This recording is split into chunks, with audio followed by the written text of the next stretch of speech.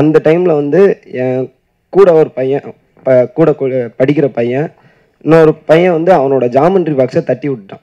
So அந்த தட்டி விட்டதை இன்னொரு பையன் எடுத்து கொடுக்குறான். அப்போ வந்து அவன் ஒரு வார்த்தை அவனை சொல்லி திட்டுறான். இல்லை அதை வார்த்தையை சொல்லலாமான்னு தெரில, ஒரு வார்த்தை இல்லை எஸ்சி அப்படின்னு சொல்லிட்டு ஒரு கெட்ட வார்த்தையில் திட்டி, நீ எல்லாம் என்னோட ஜாமெண்ட்ரி பாக்ஸை தொடலாமா அப்படின்னு சொன்னான். அப்போ நான் அவன் கூட தான் இருந்தேன். பட் ஆனால் அப்போ வந்து அவன் எதுக்காக அதை சொன்னான், எதனால சொன்னான் எதுவுமே எனக்கு தெரில. நீங்கள் போய் நின்றுங்க, ஏன் அடிச்சிங்கன்னு கேளுங்க. என்னோட வேலை அது மட்டும், அவ்வளோதான். இல்லை, அதுக்கு தானே இந்த அரசியல், அதுக்கு தானே தனி தொகுதியில் போய் எம்எல்ஏ நிற்கிறாங்க. இவங்க ஏன் அப்படி பண்ணுறாங்க, இவங்க ஏன் அப்படி பண்ணுறாங்க, இவங்க ஏன் அங்கே விட மாட்டேன்ட்டாங்க நம்மளை, இவங்க ஏன் நின்றுக்கிட்டு பேசுகிறாங்க, இவங்க ஏன் உட்காந்து பேசுகிறாங்க. ஆனால் அதை இப்போ யோசிக்கும் போது தான் அது எவ்வளோ பெரிய வாழ்வியலாகவே இருந்திருக்கு அப்படின்னு எனக்கு தெரியுது. அந்த நிலைமை தான் ஒடுக்கப்பட்ட மக்களுக்கும் ஆயிருக்கும் நான் நம்புகிறேன். இந்த தீர்வை இந்த இரு பெரும் கட்சிகளும் கொடுக்குமா, இல்லை இந்த அதிகாரம் இந்த மக்கள் இடத்துல போய் எப்படி சேரும்? உங்களுடைய பார்வை என்ன? நான் என்ன சொல்கிறேன், இங்கே பாங்கண்ணே, படத்தை கேள்வியாக கேளுங்க, விவாதமாக கொண்டு போக வேணாம். எல்லாம் இப்போ உடைக்கப்பட்டுட்டுல, அவ்வளோதான், உடைச்சிட்டே தான் போவாங்க. ஒரே நீ நினைக்க எல்லாம் ஒரே நாள் நடந்துக்காது, ஆண்டுகள் நடந்துட்டு தான் இருக்குது. அஸ்து மாரி செல்வராஜ் சார், நீங்கள் ஒரு இளமை காலத்தில் இருக்கும்போது அதே கோவத்தோடு வாழ்ந்தீங்களா, அதே சந்தோஷத்தோடு வாழ்ந்தீங்களா? என் கதைக்குள்ள அந்த வாழ்க்கை, அந்த அரசியல் இருக்குன்னா இருக்கு, எடுத்துக்கோ, அவ்வளோதான். நான் அதுக்காக இவர் பயங்கரமாக வாழ்ந்துருக்காரு, இதே 2 பேரும் ஒரே சமூகத்தை சார்ந்தவங்க தான், இவர் பயங்கரமான வாழ்க்கையை வாழ்ந்துருக்காரு அப்படிங்கிறத இவர் கதை நான் எடுக்க முடியாது. வணக்கம். முதல்ல உங்களுக்கு வாழ்த்துக்கள். அதாவது மாமன்னன் இயக்கிய உங்களுக்கு ஒரு ஃப்ரீடம். அதாவது உங்களுடைய படைப்புகள் எல்லாம் வந்துட்டு ரொம்ப அருமையாக ஒரு கம்யூனிசம் பேசுகிற ஒரு படைப்பாக இருக்குது. ஆனால் அதே இதில் வந்து ஒரு தாழ்மையான கருத்து தான் இது. ஏன் அதில் சாதிய இதை பூசணும் அப்படிங்கிறது தான்.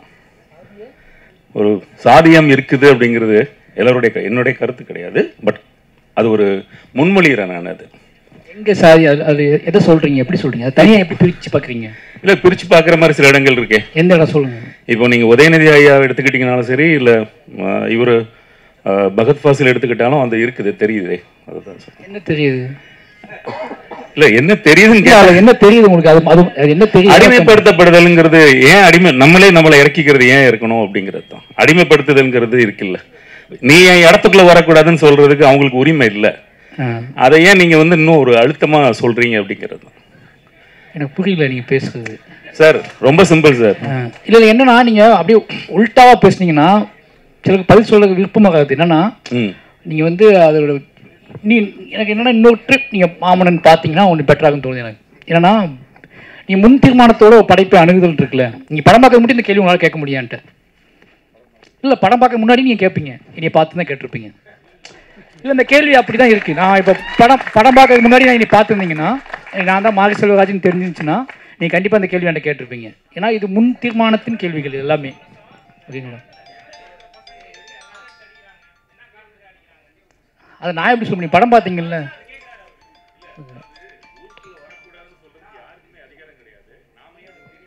அதை தான் நான் சொல்கிறேன், யாருக்குமே அதிகாரம் கிடையாதுன்னு தான் சொல்கிறேன். நான் இப்போ என்ன சொல்கிறேன், யாருக்குமே அதிகாரம் கிடையாதுன்னு தான் சொல்கிறேன். நான் மறுபடியும் அதான் சொல்கிறேன்ல, எல்லாமே உங்களோட கேள்வி எல்லாமே ஏன் இவ்வளோ அப்போ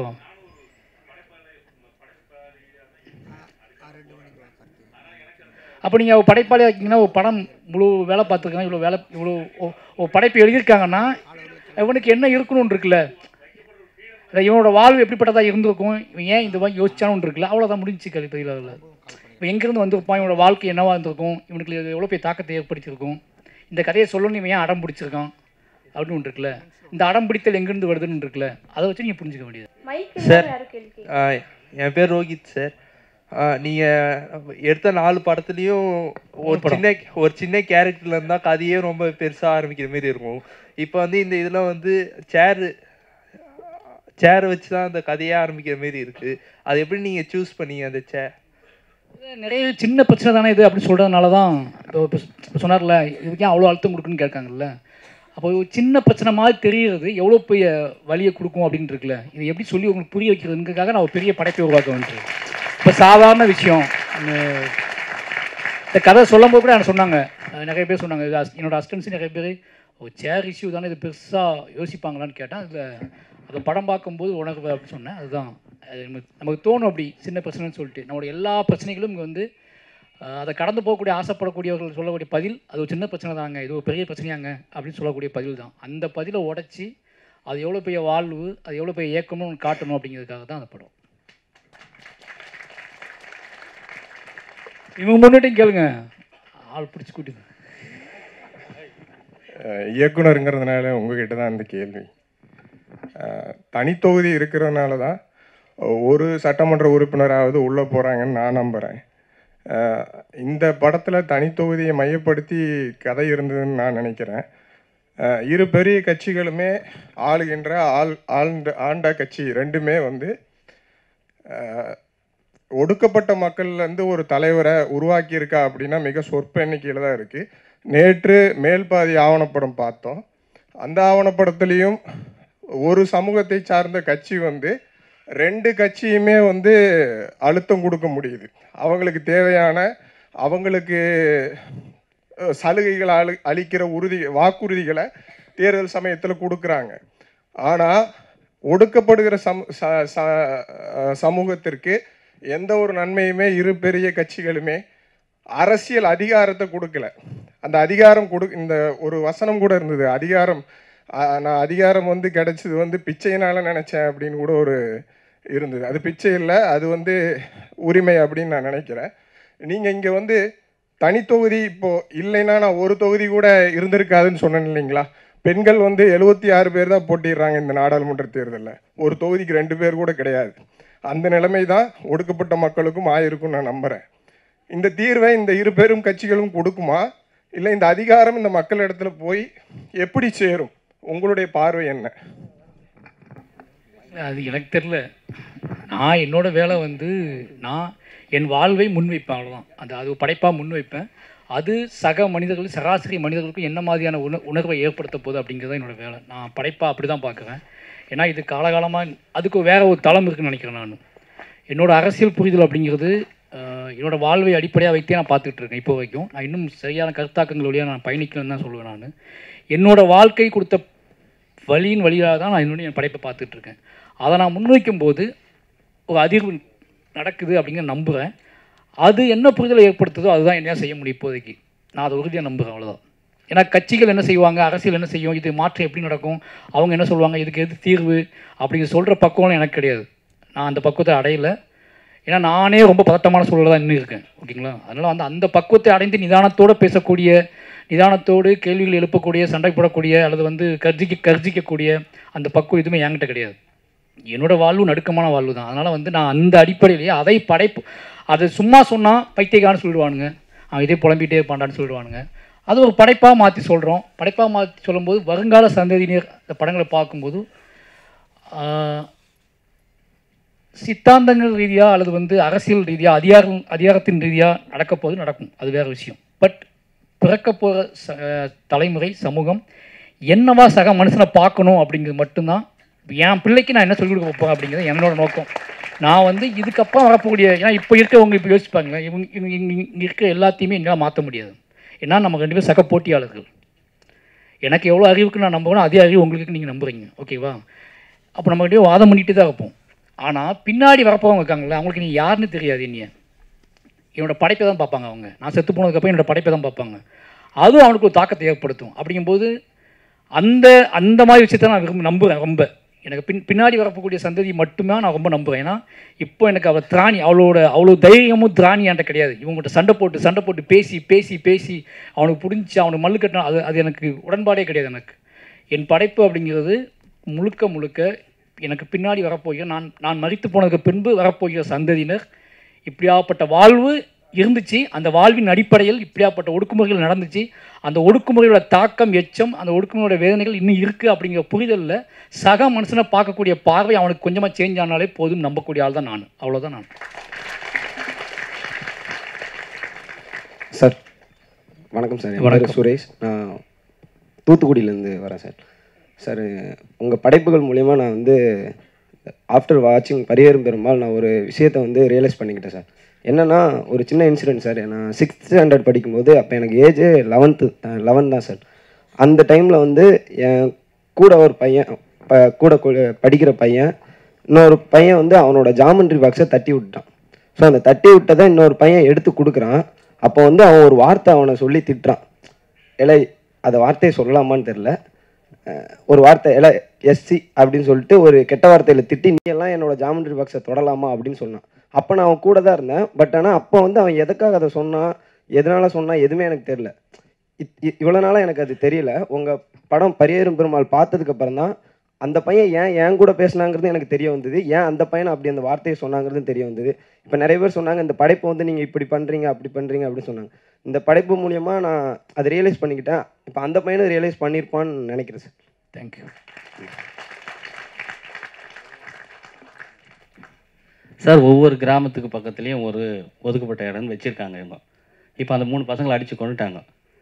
இவர் என்ன தீர்வு பண்ணார் அதுக்கு? யார்? இப்போ அதுதானே அவர் பாதிப்பேன்.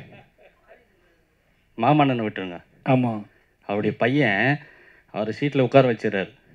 சீட்டில் உட்கார வச்சிட்ட பிறகு அந்த 3 பசங்களான தீர்வை வந்து மாமன்னன் உருவாக்க முடியுமா? என்ன சொல்ல வைங்க புரியல எனக்கு.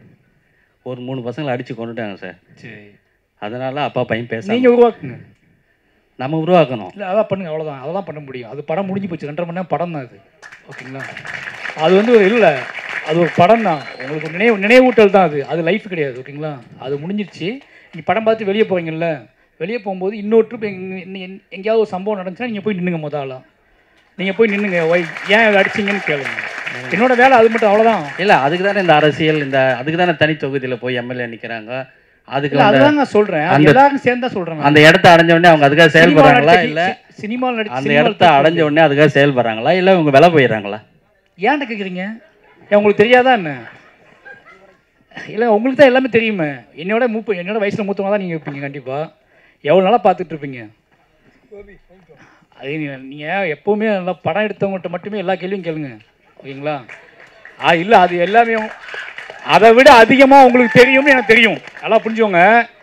நான் இல்லை என்னையை விட உங்களுக்கு அதிகமாக தெரியும்னு எனக்கு தெரியும். ஓகேவா? இதை நீ பார்த்துட்டு கடந்து வந்திருப்பீங்க. நீ படம் பார்த்த உடனே உங்களுக்கு வந்து வருவான்லாம் கேட்போன்ட்ட அப்படின்னு கேட்குறதுக்குல அப்படி கிடையாது. இல்லை அப்படி கிடையாதுங்க. அதை நீங்கள் தீர்மானம் பண்ண முடியாது. ஓகே, நான் என்ன சொல்றேன் இங்க பாருங்க. படத்தை கேள்வியா கேளுங்க, விவாதமா கொண்டு போக வேணாம். படத்தோடைய கேள்விகள் மட்டும் கேளுங்க. விவாதம்லாம் இல்ல, ஜாலியா தான். ஓகே, நான் திரைப்படங்கள் சார்ந்த கேள்வி மட்டும் தான் கேட்க முடியும்.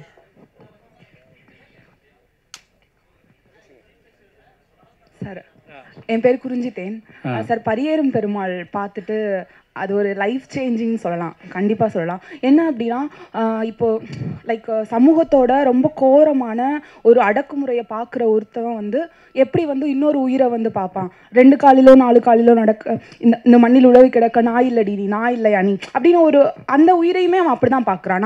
நான் இல்லையா நீ. ஆனால் அவனுக்கு வந்து ஒரு பெரிய ஒரு இது இருக்குது. அதுவுமே ரொம்ப கனெக்டடாக இருந்துச்சு. அதில் அப்பாவை காட்டினதாக இருக்கட்டும். அதே மாதிரி உட்கார்றது வந்து சின்ன சாதாரண விஷயம் இல்லை. ஏன்னா நாங்கள் வளர்ந்தப்போ ரொம்ப சின்ன வயசுலலாம் மாமா முன்னாடி, பெரியப்பா முன்னாடி, ஆண்கள் முன்னாடி வந்து உட்கார முடியாது. அவங்க இருக்கும்போது நாங்கள் வந்து உட்கார முடியாது. இந்த படத்தில் பார்க்கும்போது அது எங்களுக்குமே கனெக்ட் ஆச்சு. எப்படின்னா உட்கார்றது. எனக்கு வந்து உங்களோட இந்த 2 படமும் ரொம்ப பிடிச்ச படம். எனக்கு ஒரே ஒரு கேள்வி இருந்துச்சு. என்னன்னா, பன்னி வளர்க்குறத வந்து அவ்வளோ எப்படி சொல்கிறது, நான் நேரடியாக எனக்கு அந்த அனுபவம் இல்லைனா கூட எங்கள் இதில் வந்து வளர்க்குறவங்களோடது வந்து அதை வந்து ரொம்ப அன்பாலாம் வளர்க்க மாட்டாங்க. அதோட வாழ்க்கையே ரொம்ப ஒரு மாதிரி ரொம்ப டார்க்காக இருக்கும். அதை பார்க்குறதே அவங்க ரொம்ப டார்க்காக அப்படி பார்ப்பாங்க. இங்கே வந்து நீங்கள் ஏதோ ஒரு காரணத்துக்காக தான் அதை வந்து எந்த குறியீடுக்காக நீங்கள் அதை அப்படி காட்டியிருக்கீங்க ரொம்ப இணக்கமாக. அந்த குறியீடுக்கு பின்னாடி இருக்கிற உங்களோட விளக்கம் என்ன? அதான் சார் என்ன கேள்வி.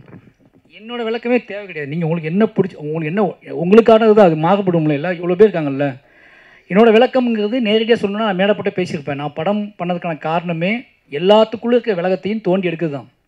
அவங்கவுங்களுக்கு அது என்னவா புரியுது அப்படிங்கிற டிஸ்கஷன் தான். நீங்கள் இன்னொருத்தர படம் பார்த்துருப்பாங்கல்ல, அவங்ககிட்ட கேளுங்க. என்னோட விளக்கம்ங்கிறது மேம்பட்டுடுச்சு. நான் படம் ஸ்கிரிப்ட் எழுதும்போது எனக்கு ஒரு விளக்கம் இருக்கும் டைரக்டருக்கு. இல்லை சொல்ல கேளுங்க. ஒரு டைரக்டர்கிட்ட நீங்கள் திருப்பி பண்ணுற தப்பு என்னென்னா, ஒவ்வொரு சீனையும் அவன்கிட்டயே கேட்குறது. எனக்கு பிரச்சனை தெரியுமா உங்களுக்கு? நான் எழுதும்போது எனக்கு ஒரு தாட் இருக்கும், எனக்கு ஒரு எண்ணம் இருக்கும். ஆனால் படம் ரிலீஸ் ஆனதுக்கப்புறம் மக்கள் கருத்து கேட்டு நானே ஆக்ட் பண்ண ஆரம்பிச்சுக்குவேன். மேன்மையான கருத்து அதில் எதுவோ அதை செலக்ட் பண்ணி அதை நான் பேச ஆரம்பிச்சுக்குவேன். புரியுதா உங்களுக்கு? அப்போது நான் எழுதும்போது எனக்கு இந்த ப்ராசஸ்ன்னு இருக்குல்ல, அது கீழே போயிடுச்சு. இப்போ நான் என்ன சொல்கிறேன்னா, நீங்கள் திருப்பி டைரக்டர்கிட்டயே அதுக்கூட விளக்கம் என்ன, அதில் குறியீடு என்னன்னு கேட்காதீங்க. உங்களுக்கு புரியலன்னா இன்னொரு பாருங்க. இல்லைன்னா பக்கத்தில் பார்த்த ஒருத்தர் ஒரு டிபேட் பண்ணுங்கள், அவங்கள்ட்ட விவாதிங்க.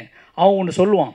நீங்கள் ஒருத்தருக்கு விவாதிக்கிறதுக்கு தான் படைப்புகள் உருவாக்கப்படுறது ஒழிஞ்சு டேரெக்டாக படத்தவன் எடுத்தவனையே வந்து உட்கார வச்சு கேள்வி கேட்கறது கிடையாது. கேள்வி எப்படின்னா, அந்த எக்ஸ்பீரியன்ஸை கேட்குறது வேறு, ஆனால் அதுக்குள்ளே விளக்கத்தை ஆன்சர் எனக்கு சொல்லுன்னு சொல்கிறது இருக்குல்ல, அது ரொம்ப என்ன சொல்கிறது, அது வந்து ஒரு படைப்பாளியின் மீது செலுத்தக்கூடிய வன்முறை தான் நினைக்கிறேன் நான். ஏன்னா அது எனக்கு மட்டுமே உரித்தானது. நான் சினிமாவுக்காக சென்சாருக்காக நிறைய விஷயங்களை மட்டுப்படுத்தான் நான் எடுக்கவே செய்கிறோம். அவங்களோட ஆழத்தில் இருக்கிறது தோண்டி எடுக்கிறது நான் நினைக்கிறீங்க இல்லை, அப்படி தான் இனி மாட்டி விட்டுறீங்களா, இடத்துலையும் எல்லா டயட்டையும் மாட்டி விட்டுறீங்க. அவன் கண்ட்ரோல் பண்ண முடியாமல் கோவத்தில் நான் எப்படி யோசிச்சேன் தெரியுமா அதை அப்படின்னு சொல்லி பேச வச்சு, ஓ நீ அப்படி யோசிச்சியா அப்படின்னு அவன் பிடிச்சவனே வேற ஒன்று பேச வச்சு ஃபைட் ஆகிது. அது என்னென்னா அந்த படைப்போட பார்வை, படைப்பு வந்து எவ்வளோ நாளும் இருக்கும். நீங்கள் இப்போ பார்க்குறீங்க அந்த படத்தை, இன்னொரு 10 இயர்ஸ் கழிச்சு சும்மா டிவியில் போட்டுட்ருப்பாங்க. அன்றைக்கி வேறு புரிதல் இருப்பீங்க, உங்களுக்கு குழந்தைகள் 2 குழந்தைகள் வளர்ந்துருப்பாங்க, நீங்களே ஏதாவது வயலன்ஸ் பண்ண ஆரம்பிச்சிருப்பீங்க, நீங்களே உங்களை மாறி இருப்பீங்க. அன்றைக்கி அந்த படத்தை பார்க்கும்போது உங்களுக்கு வந்து ஒரு கேள்வி வரும். ஒன்று மெச்சூர்டாக பார்ப்பீங்க, இல்லை உங்களை நீங்களே கேள்வி எழுப்பிக்குவீங்க. ஒரு படைப்பு அது செய்யணும். திருப்பி அவங்ககிட்டே போய் இந்த கேள்வியை கேட்டு நீ என்ன யோசிச்ச சொல்லுன்னா அந்த படத்தை அப்போவே சமாதி தோண்டி குழி தோண்டி மூடி அதுக்கு இதாண்டா அர்த்தம் அப்படின்னு சொல்கிறது இருக்குல்ல, அது வேண்டாம்னு நினைக்கிறேன் நான். Thank you sir. தேங்க்யூ. கடைசி கேள்வி, படக்குழுவினர்கிட்டையும் கேள்விகள் கேட்கலாம். ஜெய்பீம்னா, முதல் கேள்வி என்னென்னா, உங்களுடைய படைப்புகள் வந்து அந்த நடிப்பு சாராத நடிகர்கள், ரெண்டாவது என்னென்னா அந்த விலங்குகள், முதல் படத்தில் நாயாகட்டும், அப்புறம் பன்றி, யானை, குதிரை, இந்த மாதிரியான விலங்குகள் வந்து நீங்கள் வெறும் ஒரு கதையின் ஓரத்தில் வைக்காமல் அது கதையோட ஓட்டத்திலே ஏஸ்தட்டிக்ஸன்ஸோட அந்த விஷுவல் லாங்குவேஜோட வைக்கிறீங்க. அந்த ஐடியா உங்களுக்கு எப்படி கிடச்சிது? ராபர்ட் பிரசன் வந்து ஹாலிவுட்டில் நான் ப்ரொஃபஷனல் ஆக்டர்ஸ் வச்சு தான் அவர் பண்ணுவார். அந்த மாதிரி நீங்கள் ஒரு புதுசாக பண்ணுறீங்களா? அந்த ஐடியா அல்ல இப்படி தான் பண்ணலாம், அந்த இன்ஸ்பிரேஷன் எப்படி கிடச்சிது? ரெண்டாவது ஒரு 3 கொஸ்டின். ரெண்டாவது கொஸ்டின் வந்து இருங்கண்ணா இல்லை ஃபஸ்ட்டுக்கு பதில் சொல்லிடுறேன், ஓகேவா? இல்லை எனக்கு வந்து நான் பொதுவாக விலங்குகள் விட்டே புழங்கின பையன். வீட்டில் ஆடு அதிகமாகும், மாடு அதிகமாகும், அதை மேய்க்க போவேன். அப்போ என்னென்னா எனக்கு வந்து அது என்னோடய எல்லா துக்கத்தையும் சந்தோஷத்தையும் அது பார்த்துருக்கு. இப்போ நான் அதை பார்த்து தான் தேத்திக்க வேண்டியம். சீரியஸாக என் கூட வளர்ந்த எல்லாத்துக்குமே தெரியும், ஆடு மேய்ச்ச பையன் தான் என்னோடய அடையாளமே. அவன் ஆடு மேய்க்க போய் தான் சொல்லுவாங்க. அப்படிங்கும்போது நான் என்ன கஷ்டப்பட்டாலும் அந்த ஆட்டு கூட ஒரு அதோட பார்வையை பார்த்து கொஞ்சம் மனசை தேத்திக்குவேன். நிறைய விஷயங்கள் ஆடு, மாடு, கோழி, நாய் அப்படின்னு சொல்லிட்டு எனக்கு ஸ்கிரிப்ட் எழுதும்போதே பரியேறும் பெருமாள் வந்து அது பிளான்லேயே இல்லை. இப்படி ஒரு ஐடியா, இப்படி ஒரு பிளான்லாம் கிடையாது. பட் அங்கே ஒரு ஸ்கிரிப்ட் எழுதும்போது ஒரு தெருன்னு எழுதும்போது தெருவில் ஒரு நாய் இருக்குன்னா அந்த நாய்க்கு ஒரு வேல்யூ இருக்குன்னு எனக்கு புரியும்ல. அப்படியே ஆரம்பித்து தான் அது வந்துச்சு. பார்த்தா அது கருப்பி வந்து அது பெருசாகி அது மனித வாழ்வோடு சம்மந்தப்பட்டு அது அப்போ மெயினாக யோசிக்கும்போது ஒரு சின்ன விஷயம் வந்துச்சு. ஒரு முதல்லையே இந்த கதை இது சொல்லப்பட்ட கதை தான், பரியேறும் பெருமாள் ஒன்றும் புது கதை கிடையாது. அது காலங்காலமாக டெய்லி நியூஸ் பேப்பர் எடுத்தால் அதில் வரக்கூடிய ஒரு கதை, அது பக்கமாக வரக்கூடிய கதை. அப்போ அது புதுசாக ஒன்றும் கிடையாது. அந்த கதையில் பரியேறும் பெருமாள் கதையில் புதுசாக ஒன்றும் கிடையாது. அப்போ என்ன, ஆனால் அந்த கதையை நம்ம சொல்ல போகிறோம். அந்த கதையை சொல்லதுக்கு முன்னாடியே இது அதே கதை தானப்பா அப்படின்னு நினச்சிக்கக்கூடாது. அப்போ அதுக்கு முன்னாடியே அவங்களோட உணர்ச்சியை ஒரு சம்மட்டியால் அடித்து தான் அந்த கதையை சொல்ல வைக்கணும். அப்படின்னா மனுஷன் செத்து போனால் இங்கே அவ்வளோ ஃபீல் பண்ண மாட்டாங்க. அவன் யார், அவன் என்ன பண்ணான், இவன் சும்மா சாவான், சும்மாவை கொண்டிருப்பாங்க அப்படின்னு 1000 கேள்வி கேட்பாங்க. ஆனால் ஒரு மிருகம் சாகும்போது, அது ஒரு வளர்ப்பு மிருகம் சாகும்போது அவங்கள அறியாமலே கனெக்ட் ஆகிடுறாங்க. அப்போ அந்த அடிப்படையில் தான் அப்படி ஒரு உணர்ச்சி முதல்ல அவங்களுக்குள்ள மனித உணர்ச்சியை ஹியூமன் வெளியே எடுத்துகிட்டு அந்த கதையை சொல்லணும். அவங்கள முதல்ல கவனிக்க வைக்கணும், அதுக்கப்புறம் கதையை சொல்லணும்னு முடிவு பண்ணி தான் அந்த செட்டப் க்ரியேட் பண்ணது. அதுக்கப்புறம் இவங்கள்ட்ட டேரெக்டாக பேசுறதை விட மனிதர்கள் விலங்குகள் வழியாக பேசுறது ரொம்ப ஈஸியாக இருக்குது அப்படின்னு தோணுச்சுன்னா எல்லாத்துக்கும் அந்த நான் பிரச்சனை என்னென்னா நான் வெற்றிமாறன் சாரோ வேறு யாரோ வந்தோம்னா நான் மனுஷன் மூலமாக பேசிடுவேன். ஏன்னா நான் விக்டிமாக இருக்க மாட்டேன்ல. விக்டிமாக இருக்கனால இவ்வளோ கேள்வி கேட்குறாங்க, அதுக்கு என்ன பதில் சொல்லுவேன், இதுக்கு என்ன பதில் சொல்லுவேன்னு சொல்லிட்டு. இப்போ இதே படத்தை வேறு டேரக்டர்ஸ் எடுத்திருந்தாலும் அப்படி கேட்க மாட்டாங்க. அப்போ நான் விக்டிமாக இருக்கிறதுனால நான் என்ன பண்ணுறேன் அப்படின்னா, எனக்கு கதையை சொல்வதற்கு சில ஆட்கள் தேவைப்படுறாங்க. மனிதர்கள் மட்டுமே எனக்கு போதுமானதாக இல்லை. என்னோட நிஜத்தை நம்பக்கூடிய, என் நிஜத்தை இயற்கையோடு பிணைக்கக்கூடிய சில மனிதர்கள் சில உயிர்கள் தேவைப்படுறாங்க. அப்படி தான் நான் எல்லா மனிதர்கள் மீது நம்பிக்கையற்று தான் நான் எல்லா உயிர்களையுமே கொண்டு வரேன். என் ஊரில் என்னென்னலாம் பார்த்தனோ, நான் அழுதுகிட்டு போகும்போது என்னெல்லாம் என்னை கிராஸ் பண்ணி போச்சோ அந்த எல்லா உயிர்களையும் பிடிச்சிட்டு வந்து இந்த படத்தில் செட் பண்ணுறேன். அதுக்கு ஒரே விஷயம் இல்லை. உலக நாடுகளில் பல நாடுகளில் வந்து நியூ சினிமா ஆல்ரெடி வந்துருச்சு, பல வருஷங்களுக்கு முன்னாடி வந்துருச்சு. தமிழ் சினிமாவில் நீங்கள் ரஞ்சித் அண்ணா, வெற்றிமாறன் சார், லெனின் பாரதி சார், நீங்கள் பண்ணுறது இப்போதைய நியூ சினிமாவா தமிழில் எடுத்துக்கலாமா? தெரியல. நீங்கள் இல்லை இல்லை, நிறைய படங்கள், நிறைய சினிமா, நிறைய இயக்குநர்கள் முன்னாடி இருந்தே ட்ரை பண்ணியிருக்காங்க. அவங்களுக்கு அன்னைக்கு உள்ள அறிவு, அன்னைக்குள்ள அவங்களுக்குள்ள கொடுக்கப்பட்ட அனுமதி, நிறைய நமக்கு தெரிஞ்சு சினிமா கண்டுபிடிக்க முன்னாடியே வந்து இலக்கியங்கள் வழியாக யார் யாரோ ட்ரை பண்ணிகிட்டே தான் இருந்திருக்காங்க. ஓகேங்களா, அவங்களோட தொடர்ச்சி தான் நாங்கள் என்ன சொல்ல முடியும். ஓகேங்களா, ஆனால் என்னென்ன ஸ்பேஸ் உருவாக்கி கொடுத்தது ரஞ்சிதனோட பங்கு முக்கியமான பங்கு. அந்த ஸ்பேஸை பயன்படுத்திக்கிட்டு, ஏன்னா ஒரு கமர்ஷியல் ஸ்பேஸ் எல்லாத்துக்கும் அந்த ஆதங்கம் இருந்துச்சு, எல்லா டேரக்டருக்கும் அந்த ஆதங்கம் இருந்துச்சு. நிறைய டேரக்டர்ஸ் அந்த ஆதங்கத்தை வச்சுக்கிட்டு வேற ஒரு படம் பண்ணுவாங்க. எல்லாத்துக்கும் அந்த ஆசை இருக்கும், இது தப்பு தான்னு தெரியும், ஆனால் அந்த தப்பு தான் விற்குதுன்னு சொல்லிட்டு எது விற்குதோ அதையே பண்ணிக்கிட்டு இருந்தாங்க. இல்லை இதை பண்ணுவோம், இதை பார்க்கறதுக்குள்ள ஒரு கூட்டம் இருக்கு, இதுக்கு ஒரு கூட்டம் ஏங்கி கிடக்குது அப்படின்னு தெரிஞ்சுக்கிட்டு அதை உடச்சி விட்டதில் ரஞ்சிதன் பெரிய பங்கு. அதுக்கப்புறம் அது பயங்கரமாக ஓப்பன் ஆகிடுச்சு.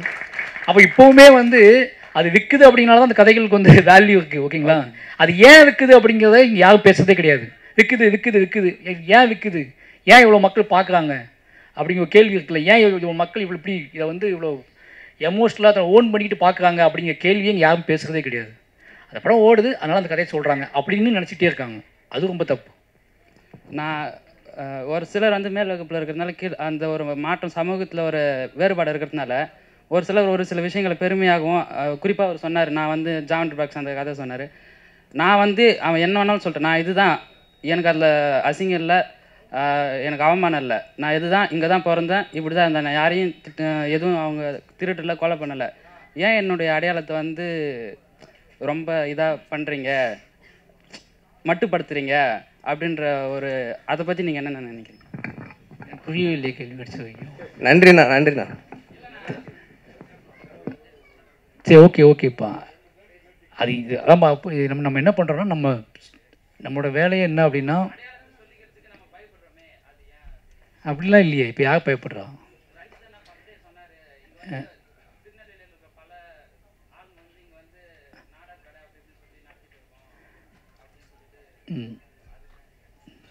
எல்லாம் இப்போ உடைக்கப்பட்டுருக்குல, அவ்வளோதான். உடைச்சிட்டே தான் போவாங்க. ஒரே நினைக்க எல்லாம் ஒரே நாள் நடந்துக்காது, ஆண்டுகள் நடந்துட்டு தான் இருக்குது. அடுத்து மாரி செல்வராஜ் சார், நீங்கள் ஒரு இளமை காலத்தில் இருக்கும்போது அதே கோவத்தோடு வாழ்ந்தீங்களா, அதே சந்தோஷத்தோடு வாழ்ந்தீங்களா? அதான் என்னோட கேள்வி. நமக்கு உண்மையை ஒத்துக்கணும். நமக்கு எல்லாமே இளமை காலத்தில் நம்ம அம்மா அப்பா மேலே தான் கோவம் வந்துச்சு. நமக்கு இந்த சமூகத்தை பற்றி ஒரு புரிதல் வரும்போது அம்மா அப்பா எவ்வளோ டிப்ரெஷனில் இருக்காங்க அப்படின்னு நமக்கு தெரியாது. ஓகேங்களா, நம்ம சின்ன வயசில் நமக்கு ஏன் தரமாட்டேன்ட்டாங்க, அதுக்கே தரமாட்டேன், அங்கே போகக்கூடாது, இங்கே போகக்கூடாது. வாழ்வு வந்து நம்ம யோசிச்சு பார்த்தா, நம்ம வந்து இப்போ இந்த அறிவை வச்சுக்கிட்டு நம்ம வந்து ரொம்ப இதாக யோசிக்கக்கூடாது. நம்ம இன்னசென்ட்டோட யோசிச்சா ஒரு நிறைய விஷயம் கிடைக்கும். நம்ம என்ன முதல்ல நம்மகிட்ட இருக்க இன்னசென்ட் நம்ம ஒத்துக்கணும். நம்ம என்ன நினைக்கிறோன்னா வந்து ரொம்ப நம்மளை வந்து நம்மக்கிட்ட இருக்க அழகி இல்லை போகிறதுக்கான காரணம் அதுதான். நம்ம இன்னும் மூர்க்கமாகிட்டே போகிறோம், நம்ம கோவம் அதிகமாகிட்டே போகுது, நம்ம ஆத்திரம் அதிகமாகிட்டே போகுது. நம்ம யோசிக்க நம்ம வந்து நம்ம வேறு டைப்லேருந்து யோசிக்க ஆரம்பிக்கிறோம். நம்ம வாழ்க்கைக்குள்ள இருக்க அழகுலாம் இருக்குல்ல, அதெல்லாம் தள்ளி வச்சுட்டு நம்ம கூட பெயினை மட்டும் அதிகமாக யோசிக்கிறோம்ல. அப்போ அது எல்லாத்தையும் சேர்த்து யோசிக்கக்கூடிய இன்னசென்ட் நமக்கு தேவைப்படுது. இப்போ நான் என்ன யோசிக்கிறேன்னா, எங்கள் அம்மா அப்பா மேலே தான் எனக்கு அதிகமாக கோவம் வந்துச்சு. இவங்க ஏன் அப்படி பண்ணுறாங்க, இவங்க ஏன் அப்படி பண்ணுறாங்க, இவங்க ஏன் அங்கே விட மாட்டேன்ட்டாங்க நம்மளை, இவங்க ஏன் நின்றுக்கிட்டு பேசுகிறாங்க, இவங்க ஏன் உட்காந்து பேசுகிறாங்க. ஆனால் அதை இப்போ யோசிக்கும் போது தான் அது எவ்வளோ பெரிய வாழ்வியலாகவே இருந்திருக்கு அப்படின்னு எனக்கு தெரியுது. புரியுது அவங்களுக்கு? அது கொடுக்கப்பட்ட வாழ்க்கையில் ரொம்ப அவங்க விருப்பப்பட்ட வாழ்க்கை வாழலை அப்படிங்கிறது தெரியுது. மாமனெல்லாம் கிட்டத்தட்ட அப்படி தான். ஒரு சாதாரண சம்பவம். நான் வந்து எங்கள் அப்பா அப்படி நின்று பேசிகிட்டு இருக்கேன், நான் பார்த்துட்டு நான் உட்காந்துருக்கேன் சேர்ந்து, எங்கள் அப்பா உட்காரல. அன்றைக்கி யாருமே அதுக்கு ஃபீல் பண்ணல, எங்கள் அப்பாவுமே ஃபீல் பண்ணல. பட் எனக்கு அது வெளியே வரும்போது எனக்கு தோணுச்சு, ஏன் உட்காரலன்னு கேட்டால், இல்லை நான் எப்போவுமே அங்கே உட்கார மாட்டேன்ப்பா அப்படின்னாரு. அந்த ஒரு சின்ன பொறியுது. ஆமாம், நான் ரொம்ப நாள் நானே பார்த்துருக்கேன். ஓகேங்களா, சின்ன வயசில் நானே பார்த்துருக்கேன். ஆனால் இன்றைக்கி பார்க்கும்போது என்னால் ஏற்றுக்கொள்ள முடியல அது. அப்போ அது ஒரு கதையாக மாறுது எனக்கு. இந்த பின்னாடி செட் பண்ணதெல்லாம் சும்மா சினிமாக்காக செட் பண்ணுது. அது எல்லாமே சினிமாக்காக செட் பண்ணுது. அந்த ஒரு போர்ஷன் மட்டும்தான் அதோட நிஜம். அதை நான் ஒரு பையன் பார்த்தான், அவன் 25 வருஷத்துக்கு முன்னாடி 30 வருஷத்துக்கு முன்னாடி பார்த்தான் அந்த வாழ்க்கையை, அன்றைக்கி அக்செப்ட் பண்ணிக்கிட்டான். இன்றைக்கி நான் பரியரமல் படம் மட்டும் போனதுக்கப்புறம் கூட எங்கள் அப்பா அப்படி நின்றுட்டு இருந்தார். இன்றைக்கி நிறைய அக்செப்ட் பண்ண முடியல. இப்படி தான் நடக்கும். ஓகேங்களா, அதனால் வந்து நம்ம வாழ்க்கை அப்படி இருக்க இப்படி இருக்க யோசிங்க. நமக்கு நம்ம வாழ நமக்கு ஒன்று தெரியும். நம்ம வாசிக்க, நம்மளோட நண்பர்களோட பழக நம்ம வாழ்வு எப்படிப்பட்டதாக இருந்திருக்கு. நம்ம இன்றைக்கி எஜ்ஜில் நிற்கிறோம். நம்மளே நிறைய தப்பு பண்ணி, இப்போ நானே பிள்ளைகள் உள்ள மனுஷன் தான், நிறைய தப்பு பண்ணிப்போம் நம்மளே. ஓகேங்களா, இப்போ என்னோடய படைப்பு வந்து 10 வருஷம் கழித்து கேள்விக்கு உட்படுத்தப்படலாம். இப்போ கேட்ட மாதிரி நிறையவே கேட்ட மாதிரி இவ்வளோ நான் இப்படியாவே இருக்கணும் அப்படியே இருக்கணும்னு கேட்பாங்க. எனக்கு இன்றைக்குள்ள பெயின், எனக்கு இன்றைக்குள்ள ரிலீஃப் என்ன அப்படின்னா, நான் இந்த சுமையை இறக்கணும், அவ்வளோதான். ஒரு படைப்பாளியாக என்னோடய சுமையை நான் இறக்குறேன். இதில் பின்னாடி என் குழந்தை கூட நான் ஃபீல் பண்ணலாம், என்ன அப்பா இப்படிலாம் படம் எடுத்துக்காருன்னு ஃபீல் பண்ணலாம். ஓகேவா, ஸ்டீரியோ டைப்னு சொல்லலாம். எனக்கு அதை பற்றி பிரச்சனை கிடையாது. எனக்கு நான் விடுபடுவதற்கான வழி தான் இது. இந்த படைப்பு என்ன உருவாக்கும் அப்படிங்கிறது, என்ன மாறும் அப்படிங்கிறது எனக்கு தெரியாது. நான் என்னையை பொறுத்த வரைக்கும் எனக்கு இதை அரிச்சிக்கிட்டே இருக்கு. இதை நான் வந்து போஸ்ட் பண்ணி இது பயங்கரமாக நான் வேறு ஒன்று பண்ணலாம். எனக்கிட்ட இருக்க கோவத்தை மட்டுமே நான் கலையாக மாற்றுவதற்கு அந்த வித்தையை நான் கற்றுக்க நான் விரும்பலை. ஓகேவா? கோவத்தை மட்டுமே கலையாக மாற்றுவதற்குல அது ரொம்ப சிக்கலான விஷயம். அதில் உள்ளே போவதும் கஷ்டம், வெளியே வர்றதும் கஷ்டம்.